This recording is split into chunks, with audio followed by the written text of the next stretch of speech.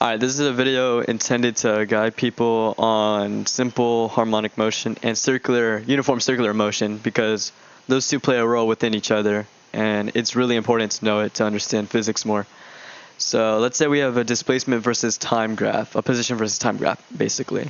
And simple harmonic motion, they always, on a 2D scale, they always form what you call a sine or a cosine graph.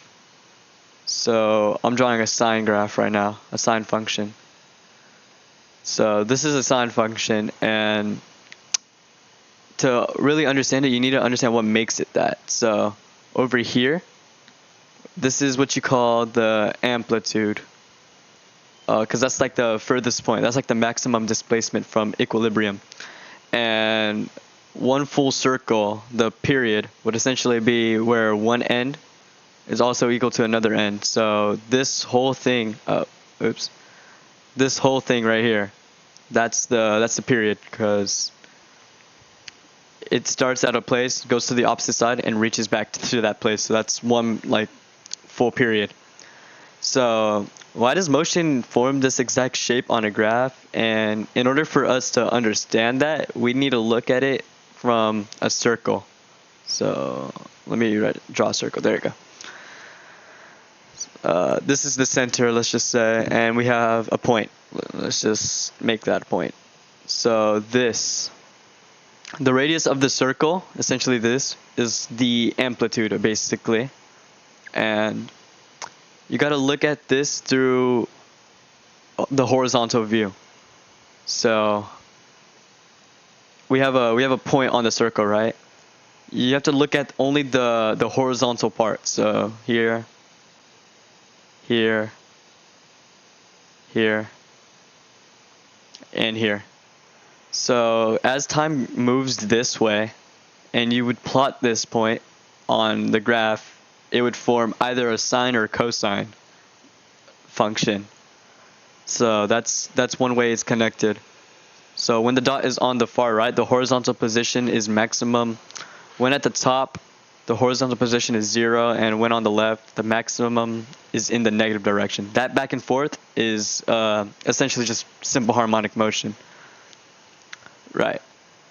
So let us draw the graph again.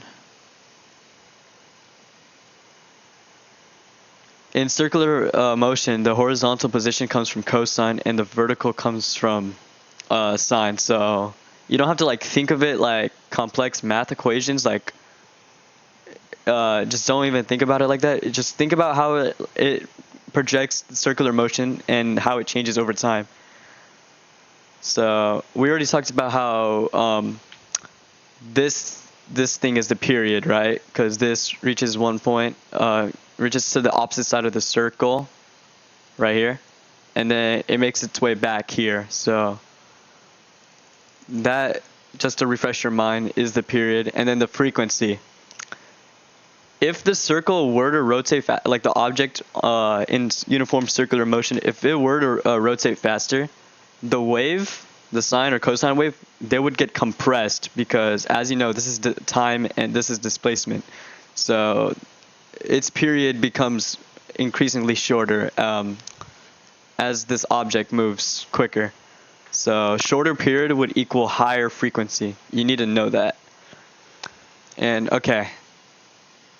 So how would this look in real life? You can say, let's say there's like a spin the wheel type scenario going on, right? Let me just draw a good representation of that. Okay, this is the best we'll get. Let's just say this is like the choosing point, and as it goes this way, as you spin it, it starts strong, right? So let me draw the graph once again. As it starts strong, the frequency would be very high and the period would be very like short. But as it slows down, the period would like increasingly get like longer, and the frequency would get shorter. So you gotta like measure it on how far and right the object moves, and that's like following simple harmonic motion essentially. It forms a sine wave. So it's not really like simple harmonic motion isn't really random. It's like one-dimensional circular motion, just to help you understand it. And yeah, that's pretty much how to understand simple harmonic motion and uniform circular motion in like a standpoint. And that's about it. Yeah.